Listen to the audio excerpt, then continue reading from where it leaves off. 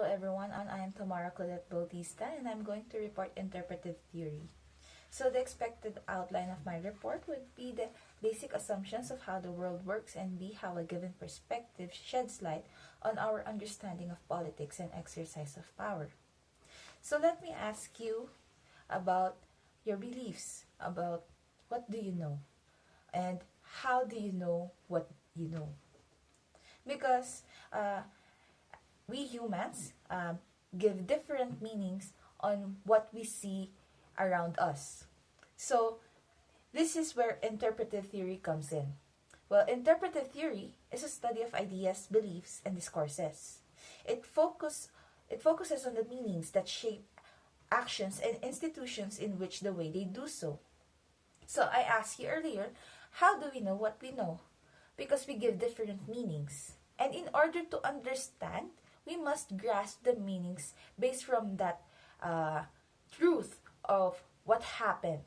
Well, the example that was given in the reading was on October 1943, the Danes rescued 7,200 Jews by taking them into small boats which separated Nazi-occupied Denmark from neutral Sweden.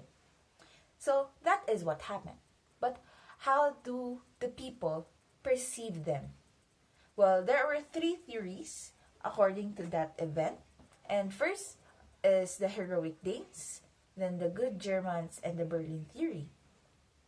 According to the heroic Danes, well, the brave Danes risked their life and liberty in order to save the Danish Jews from the murderous Nazis.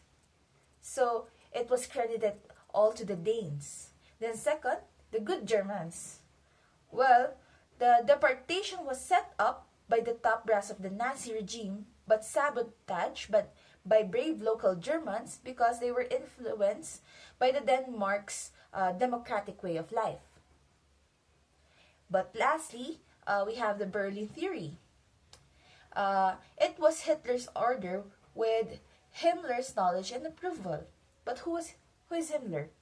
Himmler is the most loyal and top Nazis of Hitler, meaning the Danes just follow what the Nazis wanted. So, which is true about that? Which is true under these three theories? There's still no answers regarding that, and it's still an ongoing debate. So we have to understand the different meanings attached to it based from their perspectives, from their different perspectives. Now, there are different ways in understanding interpretive theory. It could be reasons, intentions, beliefs, or systems of science. And we explain those meanings through logical progression, disposition of individuals, and structural lines between concepts and power. Now, there are two premises in understanding interpretive theory. First, people act on their beliefs and preferences, which is very obvious. I may act this way because this is what I believe in.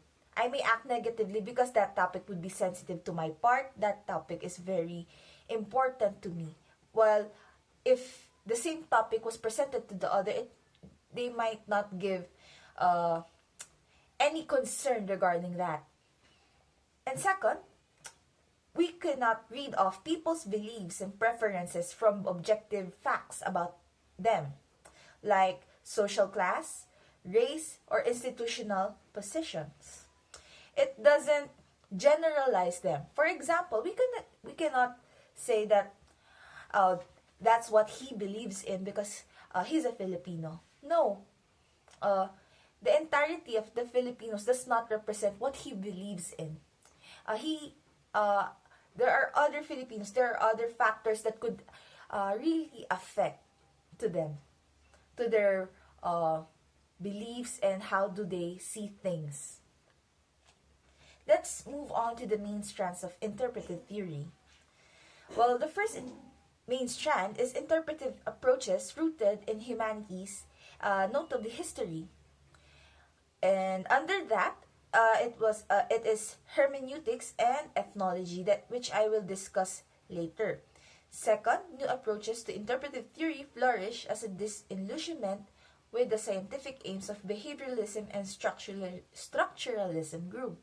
And under that is post-structuralism, and postmodernism.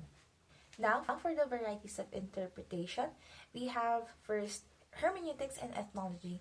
Hermeneutics emerged from biblical scholarship. Uh, this refers to the theory of understanding, especially interpreting texts and actions. For example, the Bible is not only used by the Catholics, it is used by other Christian groups. It varies from how do they believe, how do they grasp the meanings written inside the Bible and use it as their support for their beliefs. Next is ethnology. Ethnology is very familiar with the anthropologist because anthropologists practice ethnology to discover or reveal waves of meanings around that community or culture. So they spend a lot of time, they delve inside that community in order to learn and in order to understand and appreciate them. So they provide their interpretations from their informants. But they do not give specific answers regarding about their study. Rather, they give thick descriptions in order to be open for such discourse. Or they might have other interpretations to that. Or there's a possibility that they might be wrong or not. Now, for post-structuralism and postmodernism, it stresses more on the discourses rather than the beliefs. Because in a certain period in history, the meanings does not stay the same. The meanings are not fixed. So through discourse, it is possible to create endless meanings, different forms and interpretations through time. And those experiences that we have came only from our prior discourses. So with our information from that prior discourse, and then we will bring it to a new one, and then we will create a new set of meanings. So instead of using history and beliefs as your basis, you use your prior experiences in your discourses and use it again for future possible discourses that could happen. Now, after discussing the two main strands of interpretive theory, it is best to answer how a given perspective sheds light on our understanding of politics and exercise of power. So,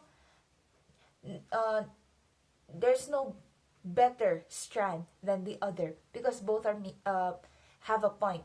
It is important to give basis on the history because it might be our basis for what would happen, and it doesn't mean that it should end there, and it should be open for many discourses in order to understand and craft a best solution or best way to understand each other. Because as I mentioned, beliefs really play a big part in our decisions. Not only the objective facts, not only the scientific facts, but we have to consider what do the people believe in. Because in order it to be effective, it shouldn't be just the fact or the truth about it. It should be a combination of of the truth and our beliefs. Because if we believe so into that, there's a huge possibility that it would be a successful one. It could have a successful outcome when implementing such rules or implementing some laws in order to govern well. Because there are some things that natural sciences cannot explain, but it could be solved through discourses and explanation here in political science. And that, I believe, is what I understood from the reading of interpretive theory. It is a matter of beliefs and ideas and discourses that we grasp different meanings. And that concludes my report in interpretive theory. I hope you understand my report. I tried to grasp and understand it very as much as I can.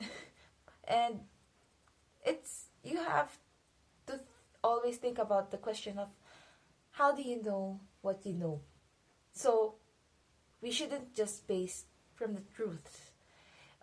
It should be also we should also base from what the people involved interpret or see those actions, the truth that is happening.